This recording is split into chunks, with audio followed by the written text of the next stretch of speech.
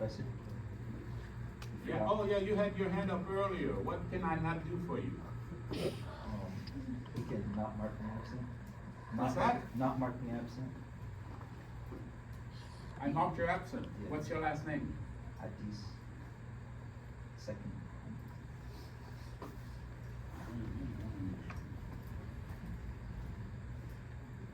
Just noticed this for the first time. Where's Ann Pham? What is this? Is that you victimizing somebody or the other way around? I think the smaller one is the Uh-huh. one. That's up to Jean-Pierre. Okay, young man, your last name. Tell me when you see yourself. I'm second person. You second from the top? Yeah. So how come you didn't hear your name? No, you kind of said like, I'll do it in a second. And I did it. Are you happy now? Yeah, thank you. All right. Let me do this. And particularly for you, but anybody who's still skeptical. Now, how many of you now believe in this? Okay, you shouldn't be so quick to believe things, okay? But it's good because you're starting to be convinced also, and maybe you've been playing with this and say, no, I'm gonna see what he's saying. I'm gonna load up another stock and I'm gonna see exactly what happens. And I'll tell you how you can use this to just have fun yourself with this. And then some of you will have enough fun to say, whoa, there's something there. Let me write some more stuff. If you're not graduating and you're interested, come and work with me. You know, this is research stuff. Can have you learn some pretty fascinating things about the market. Okay. I'm just setting up the picture here that we're going to look at.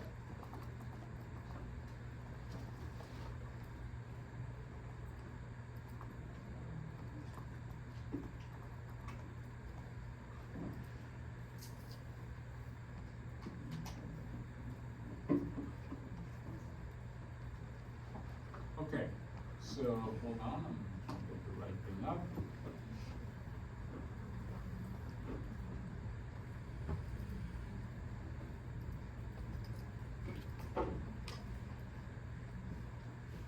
So,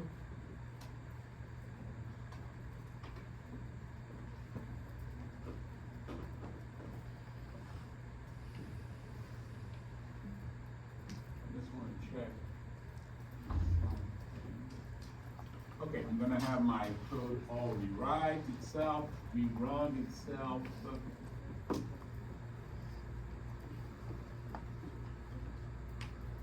Now, if you remember ABDV, we went ahead and we looked at the wave between two particular dates. I believe it was February 11 and another one. And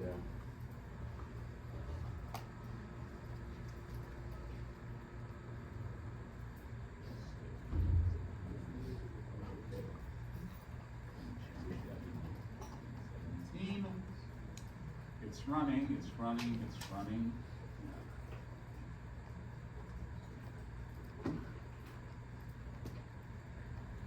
There's a lot of stuff going on in this thing.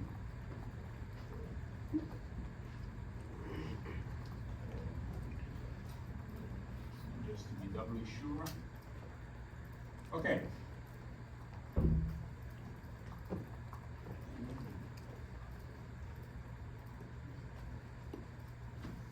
This is something interesting.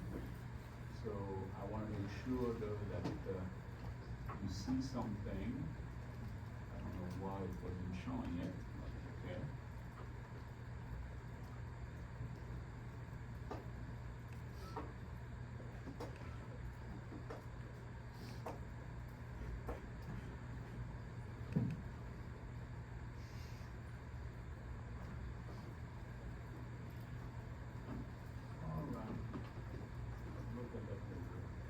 So here is your ABBV. This is not the entire month, and we're looking at within the month of February. This, I believe, is the 12th. Yeah, that's February 12th, and we're going to February 24th. But you've loaded the whole thing. Okay? And on my thing, I showed the Fibonacci line, and if you notice about around them, there's some lighter colored band. That bands represent, the way I set it up there, 2%, just to be able to illustrate things. So it's 2% above, 2% below. That way, when it says there's a confirmation, you can see that the top here is right indeed in that band, okay? Similarly here, this one here is in the band, this one is in the band, and so forth. And this is telling you that right now, okay, this would be what you would have chosen from here to here. However, what I do, I say, what would have happened if I started, you know, if my high had only gone up to here, and as I keep going up, what would be my confirmations? Now, the thing that I really want to see is the actual thing for those, I'm gonna go to 23, so that's not quite where we are, but I'm going to make the top of the Fibonacci range go up, up, up, until we're pretty much where the high actually was, and in the meanwhile, we can check the number of confirmations, okay? And what this guy here is telling us is what the maximum number of confirmation in the range was. It's 14, and it is when we're at 0.943 of the actual range. Don't worry about that so much. Look at the one on the left, which is this guy here. Okay, it's at 12. If I keep going a bit up, and you'll see the Fibonacci band go up a bit. Now we are at 14. So it says really the maximum we got was at this point. And at this point you might have said, oh, so theoretically our high would have only gone up to there. Well, not necessarily, because maybe if I go up a little bit more, which I just did, now it's went to 9, so there's a kind of a big difference between the high before that and the next high, and then we look some more, and now it says 10, then it says 11, and here it says 12, and then it says 12. This is pretty much where our high was. And so our high went up to where you had about 12 confirmation, but there was a little point a bit lower where you had 14 confirmation. So if you had to look at that, you probably would have had to bet that, hey, I'm going to turn around at around this point here. If you had done that, it actually went a bit higher. It wouldn't have been much of anything. You still would have gotten your price, and it would have come down, and then you would have found yourself making some money because it closed lower. In the meanwhile, if you're skeptical, you can say, hey, look at that. When I went up to here, and I created these bands, now if I want to know exactly, I should go to 1.0. That just tells me by how much I contract the real thing, which is from this low to this high. Well, 0.999 of it, that's good enough. That gives me these Fibonacci bands, and you have to ask yourself, can it be just random that when this guy, you know, after going up to here, and even better before that, had 2 confirmations here, 1 confirmation here, 2 confirmations here, 1 confirmation here, 2 confirmations here, 2 confirmations here. Now this is always a confirmation, but another confirmation there. You can be skeptical, but you gotta ask yourself, why is it that the important numbers in a candlestick, the open, the high, the low, the close, fall pretty much right on these numbers? This guy, do you agree that, I mean, think about it. Is this a downward bar? Yes, it is. It opened here, okay, and you would have thought if it's gonna be a down bar, I shouldn't go up that much. I should just go and then go down, down, down to whatever. Instead, this bar actually at one point was going up, and it went up quite a bit. It's a fairly long, you know, tail. It went up, but it was destined to be a down bar. Where did the market, the investors, the bankers, the hedge fund, all these people, you know, the you and me who may have an account and may, you know, say, oh, I'm gonna buy some stuff or whatever, we're a small fraction of the big boys or girls, okay, the hedge funds, the banks who do these things. Yet they decided, I'm right at the Fibonacci level, time to go down. Why did the high stop there? Why not here? Why not here? Why not here? Why at the Fibonacci level? And then, this guy here. Now, you're skeptical because you probably know something about the market, yes or no? A little bit. Whenever the stock closes at a particular price, where do you expect it to open on the next day? Near it? Near it, exactly, unless things happen overnight, oh, we're posing the tariff or something like that, and then the stock moved, so that the next day, the open is not quite the same as, it can be quite different. Do you agree that we closed here? Would you say that the next day opened near it or not near it? Not quite. Not near it. But where did it open? Above. On a Fibonacci level. Oh, right above one, but still within that zone. Okay, I'm not gonna open at that price. Okay, fine, I might open lower, I might open higher, but why is it right near to a Fibonacci level? Okay? This one here now, and notice those levels did not exist. When this guy was born, when this bar was created, this level and this level did not exist. Okay, I could actually go back, and we will do that, to when we're here, okay, and see, hey, these levels did not really exist. These levels are a consequence of this guy going that far up. If this guy had got further up, this thing would be up, all of these levels would be up and spread out. So these two levels did not exist until this bar was created. Yet these two levels correspond to two future Fibonacci levels, this one and this one. The open and the close are that. Similarly, these two levels did not exist until this guy came. Yet this bar, which was born before this one ever came up, has confirmations also on the open and on the close. This level, now think really hard about this. Open here, do we agree? Then it went down to some price. Now notice that when it opened, again, these Fibonacci levels did not exist. Do we agree with that? They only exist, pop up when this is the high and that's it. So we open here. As a matter of fact, when we open here, this would not even form a valid wave, so that there's no Fibonacci level associated with that. The last one you would have had would have been coming from the valley to this guy. Okay? So you open here, and then it was destined to be an up bar. So you probably think that, oh, maybe it went down at first early in the day and then turned around and went up. It turned around somewhere here, but these levels didn't exist. Then it started climbing up, and you're happy because you got some of that stock and the price is going up. You're looking at your account, and your account is increasing in terms of money because this stock is gaining value. Okay? For the boom, bada bang, boom, boom, boom, boom, boom, boom, boom, boom. It's here, this is gonna be the close, but you're not there yet. You still gotta go to the high because it said that day that was the high, so it kept going. Boom, boom, boom, boom. Now, as it keeps going, do you agree that the Fibonacci levels from this guy to this guy are increasing? Yes? No? Okay. Now, some people are totally uninterested in that stuff, but okay. You keep going, you keep going, you keep going, and at some point when you're here, the people looking and saying, okay, now this guy, as it going up, is creating Fibonacci levels, because now from here, the moment you pass this guy and start going further up, you are forming Fibonacci levels.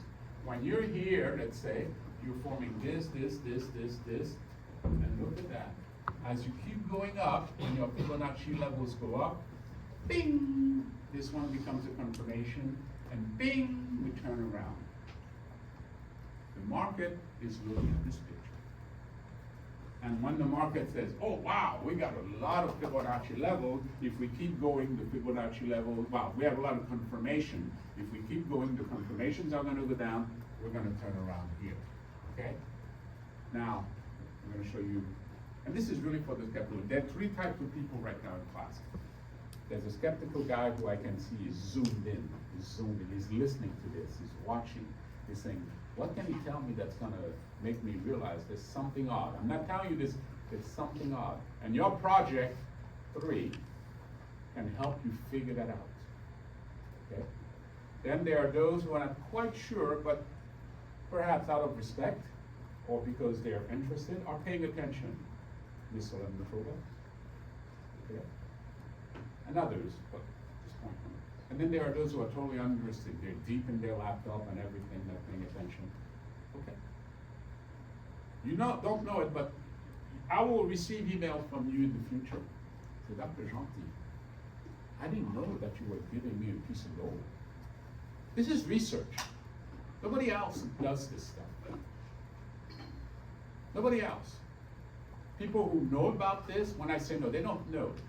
What they do, they watch videos and they say, oh, this is my way I'm gonna make money, but they don't really understand. Some gurus tell them, oh yeah, use Fibonacci. And when I see them with their explanation, I say, oh my God, if I were in that room, I'd be going, BS, you're scamming us because you didn't do this thing or this thing, okay?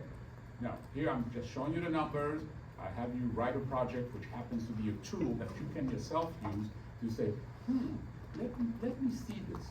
Because right now, if you have a 401k or your parents have a 401k, it's there, down, okay? And maybe in the future, you want to have a bit more control over that. If you're a computer scientist, you can write code, and if you understand something beyond your code, you can use your code to do something. Because after all, unless you're just going to be an IT person writing code to take care of codes, or you're going to be a, I don't know, research scientist for computer science coming up with new data structures, you don't think you need that.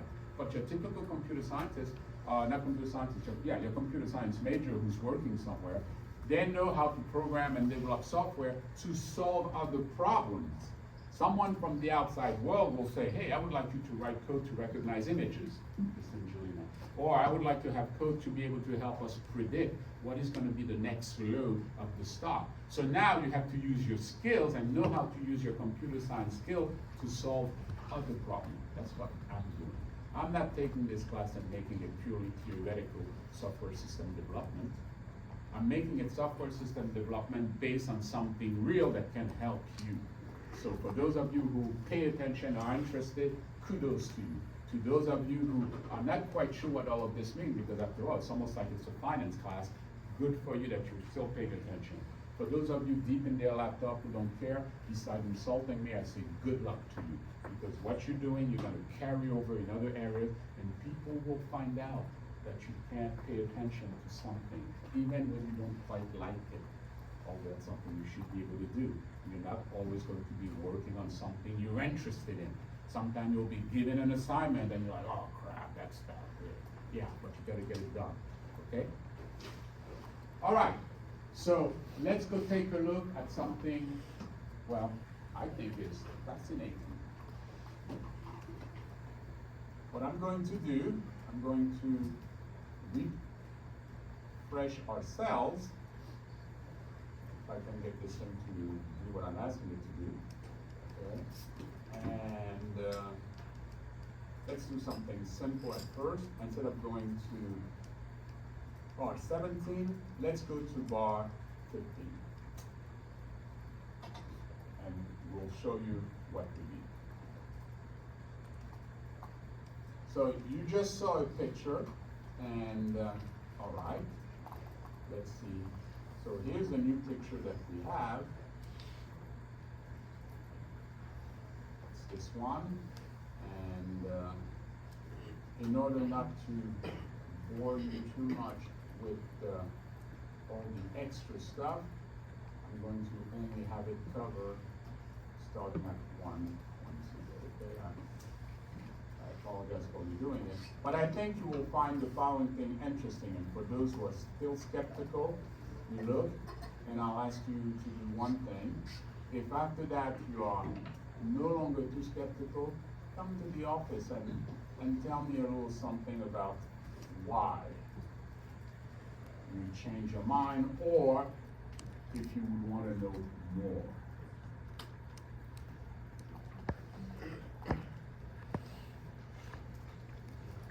Okay. So here we are. And we are exactly where this thing says we should be. So we are now looking, we were here, remember?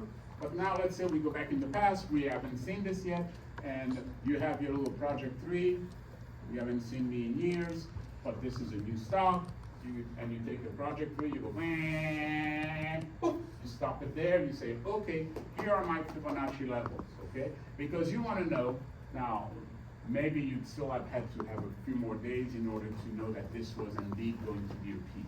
Because if I'm here, I don't know that this is going to be a peak. I need to know the next bar. So let's say you see the next bar, and you say, wow, let me see, why did it stop here, okay?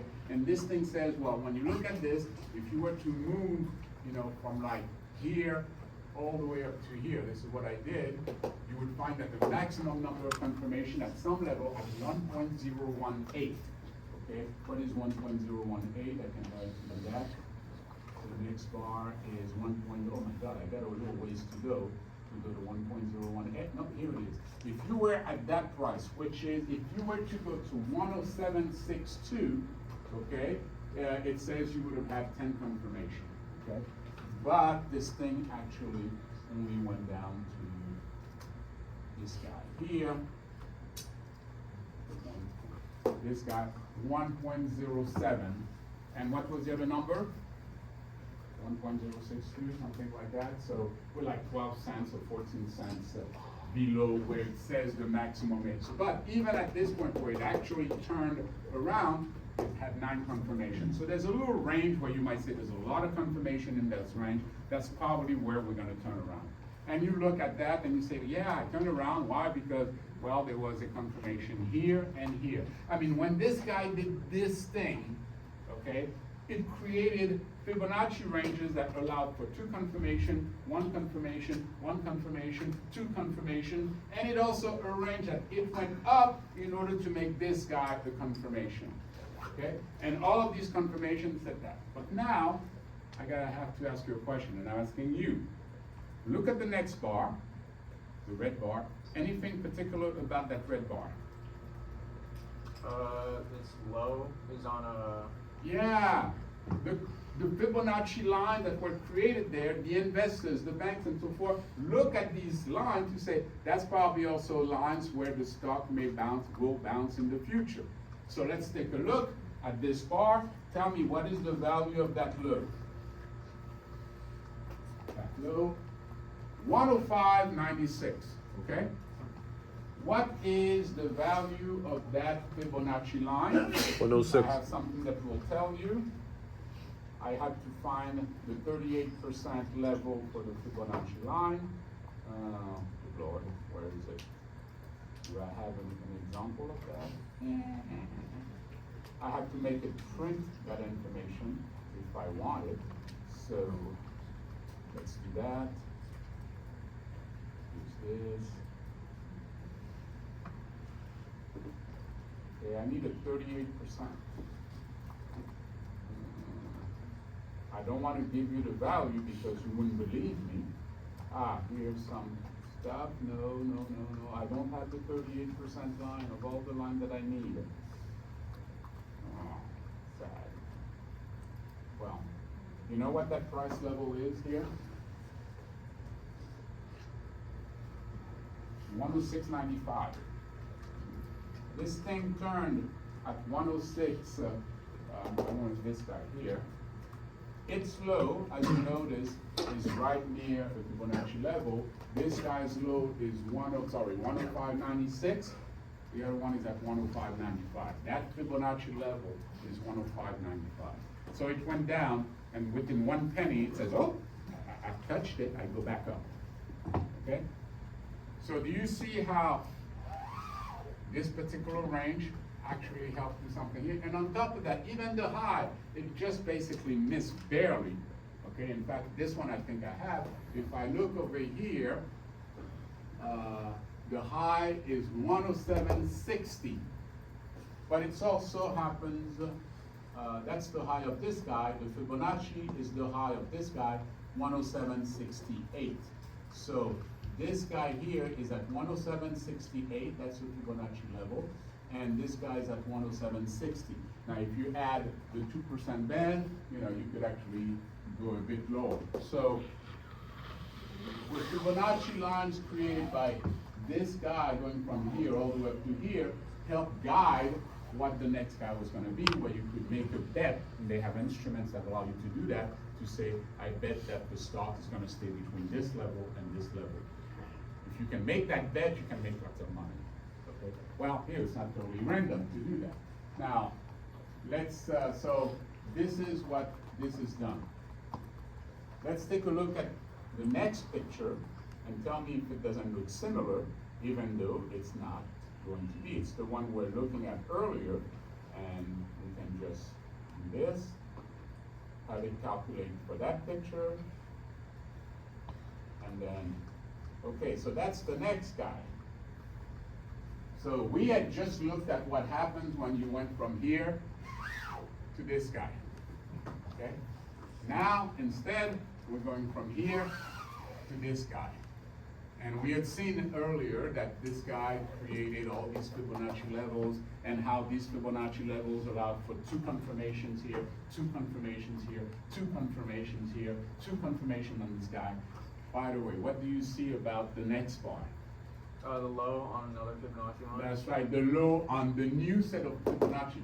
That's what we saw earlier. Notice how these guys look very much like these guys, but further up. In fact, another thing you might notice is that as I went from here to this high, I could have just continued the line to tell us where the next high was going to be. That's a trend line. You see that? I mean, this straight line, I'll be with you in a second, this straight line from here to here, which we did originally, we just had to continue it exactly, and it showed us this. So they were also looking at, hey, what's the trend looking like? Yes? On the second candlestick, why is the dot black? Okay, that just tells you what candlestick you want. Look at what happened when I go to another candlestick. Oh, okay. Okay, and what it does, it puts the dot on the close. It's an event handler that says when you move to a candle, in fact, I can go to this candlestick, it shows me the close. If I go to this one, it shows me the close on it. So that's the only reason, but it's not a confirmation. It just says, that's the candlestick you're looking at. Okay, so again, and also the top is kind of close, not so much, to that particular high. But again, what was created actually allowed us to have some guidance as to what might be happening next in terms of after this bar. If this is going to be a high, you say, well, what's going to likely happen? You could also try to figure out, is there any further place where the stock, if you were to go higher and higher, what would be the number of confirmations? As a matter of fact, if you look, one of the things that this thing displays is what was the maximum number of confirmation. Okay, if you started where this was, okay, and you went further up, and it says, well, the maximum is 12. Which is what we have at that point, and it tells you at these particular levels. So at these prices, if you decide that the thing would turn around at any of these prices, that's where your confirmation will be 12. It's up to you to pick. You might say, I want to be ultra careful. I want to sell at the highest of the prices. So at 109.47.8, so 109.48, which is the third one. Or I can say, I want to be careful. I want to make sure I get that price. So because it's going up, I want to grab it before it reaches the maximum. So I might say I want to grab it at 109.40. So you put your bet a little bit before that, where as it goes up and you want to sell, you sell right there. Where instead of, hey, I'm going to sell right at the maximum it tells me, and then maybe it never reaches that price, and you miss the opportunity to sell at that price. Okay? So your project 3 will allow you to do that kind of thing, where you can select this by hand, or as you do in project 2. Remember in project 2, it found all the weights for you, and it put them in combo boxes.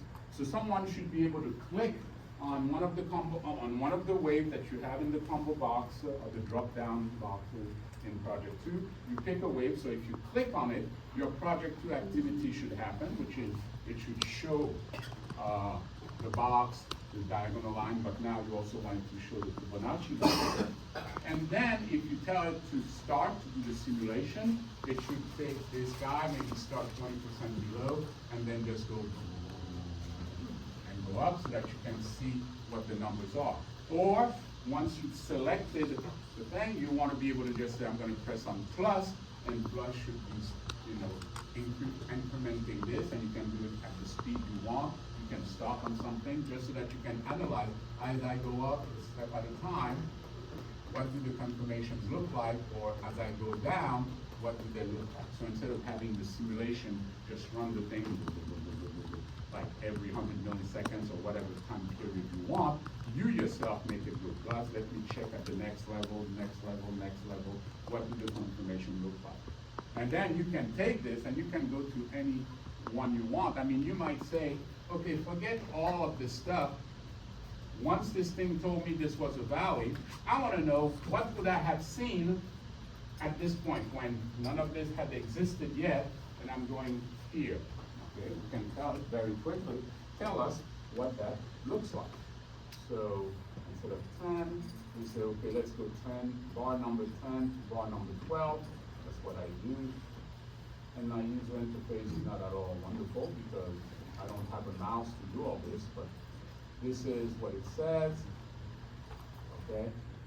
I mean, for who you are very skeptical, you can look at this picture, and I'm going to make it bigger for you. For all of you, really.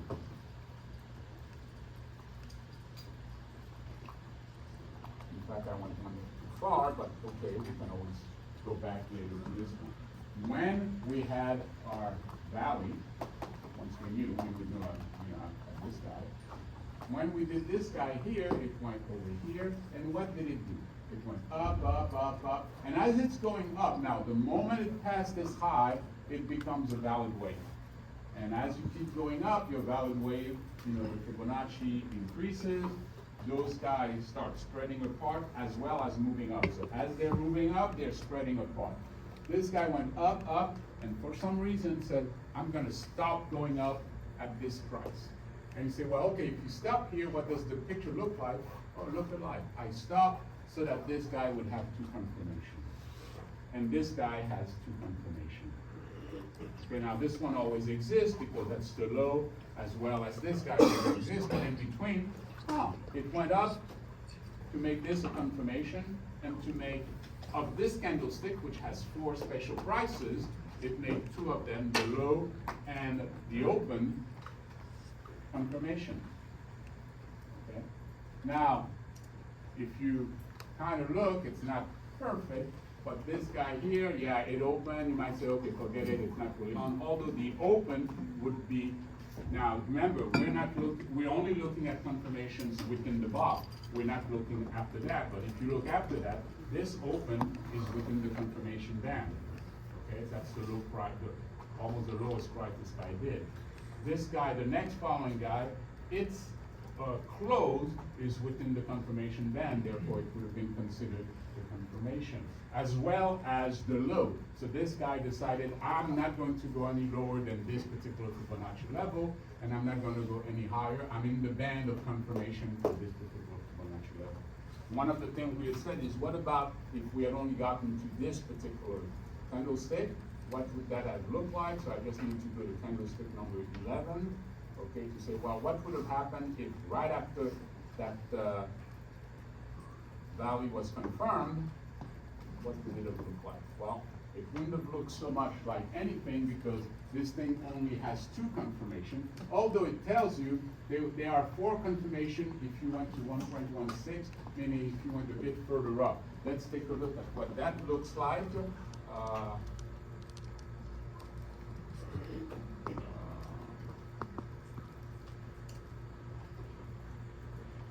And it said that would happen at 1.161, but not at 1.12. So let's just quickly see. Okay, at 1.161 it says if instead of going to this level you've gone all the way up here, well, that level here corresponds to where this guy almost practically decided to no longer be, to be a high, and it also is where suddenly this guy's bar would have 2 confirmations. So if this guy had kept going all the way up to here, it would have had 2 confirmations. But if we go back to where we were, which is at 1.0 right here, okay, this is that. You can then see how the next bar, its open was one under confirmation. Now, here's the thing. You might say, yeah, we have all these Fibonacci levels and we don't really know which one it's going to decide to bounce off of. Like, for instance, this guy decided to bounce off this one. But if you go a bit further out, like, hey, look at this guy, it's still using those Fibonacci levels to decide to bounce off of this one. This one is not the same as this one. But here's what you can do. Let's say that you, after seeing this picture, you say, well, I could be bouncing off of this, or this. I'm not going to place any bet. I'm going to wait to let this thing tell me. So when this guy opens, poof, it opens right over here. You say, oh, it's already very close to this guy. Is it bouncing off of that? Then you see it go. It went through this and that, and then it started coming back up. At that point, you might say, okay, we've turned around, right? We crossed back across this. It looks like this was the bouncing point. And at that point, you can put and say, I'll buy. So you buy, now you gotta say, where is it gonna turn around? You say, it might turn around here. So what you do, you watch it go, it went through, you hope it doesn't turn back around. No, it kept going, it's going. You're looking now at this level, maybe it's gonna bounce off of that and turn around. No, it goes. And now at that point you say, maybe it's gonna bounce off of this.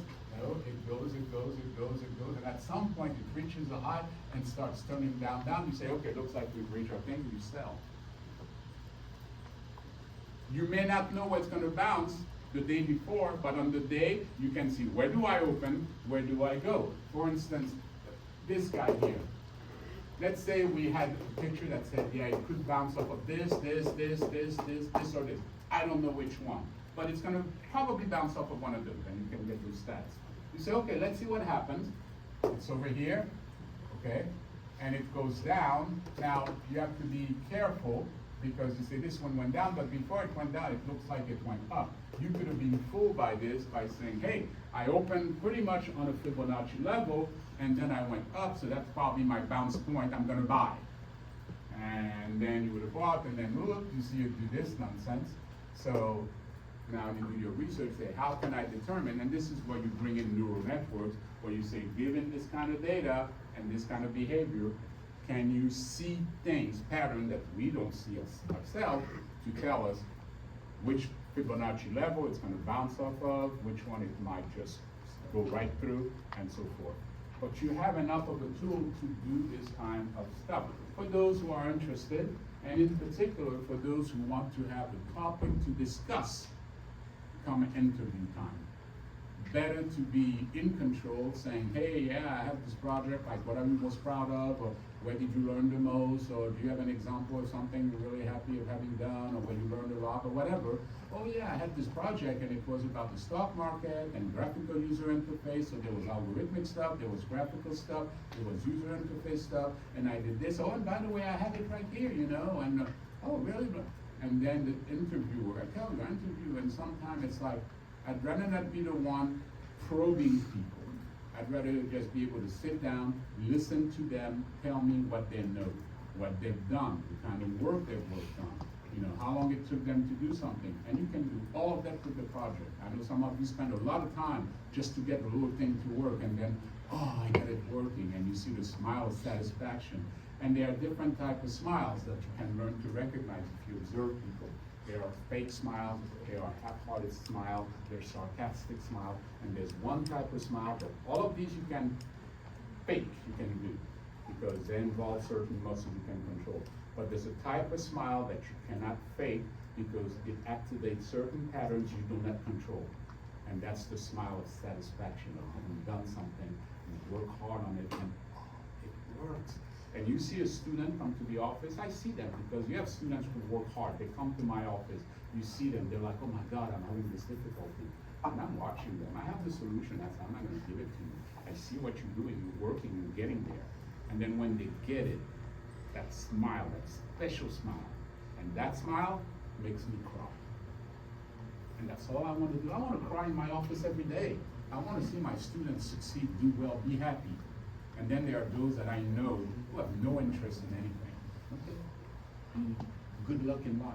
But for those of you who can appreciate, hey, I have a project that I will be able to use at interview time to say all the things I've done, what I've learned, I guarantee you, I mean, I've had 3 students, there happen to be 3 females actually, who got job offers when they followed the advice. They said, Dr. Monty, I did what you did, I talked about the project, they let me talk, they let me say, and when you've done the project and you know what you're doing, it shows the assurance, you know, like, oh, that person knows what she's talking about, you know, and so forth. And for the interviewer is, you don't know everything, you're a student, you just graduated, so I don't expect you to know everything.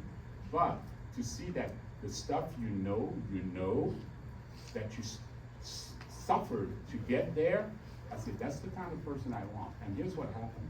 You not only get an offer, but they add an extra $5,000 to the offer. Why? They want to make sure that you see that and you say, I'll take the job, rather than them offering you the going rate and the students saying, oh, that's good that I have an offer, but maybe I can get something better from somebody else. Whereas, because, you know, hopefully you do your research and you find out what the going rate is and so forth. So if the going rate is, let's say, $75,000 per year, and someone says, I'm offering you $70,000, you may not jump on that offer right away. You say, hey, I'm a good student, I know my stuff, why are they offering me only $70,000? Let me go on more interviews. And then you have one interviewer offers you $75,000. Ah, that's good. You've already said goodbye to the other one in that case, mentally. But you say, I really am good. I think I did a really good job of showing them what I know. Why are they just offering 75? Well, they want a really good student, you know, for as cheap as they can get. And finally, there are those who say, I'm not going to shortchange you. You know your stuff. I see you work. You're the kind of person I want. I give you an extra $5,000.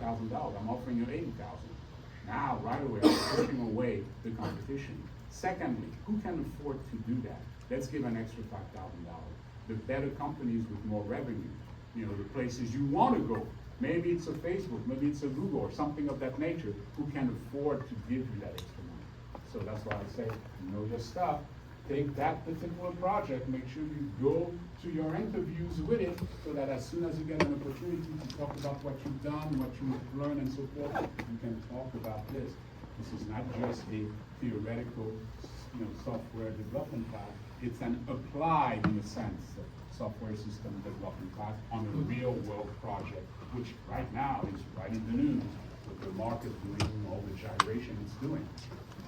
Maybe I'll get some more data to find out. Okay, now with looking all the way up to yesterday or today, what's going on, what different stuff. Our Fibonacci level is still working for certain stocks and so on. So not every stock is going to behave like this. And if you find stocks that don't follow those rules, don't look at them. If you find 40 stocks that really follow well, then you work with those stocks. So that means that other institutions who are using algorithms and so forth, that's what they're using. And they help set the price by setting up buy levels and so forth. If you know what they're doing, then you can bet alongside they are, what they're doing. Okay. So, gentle people, we will see you Thursday. You already know you're having a pop quiz Thursday. Okay. And those of you who did not do this thing correctly, remember you need to come and see me by the end of this week.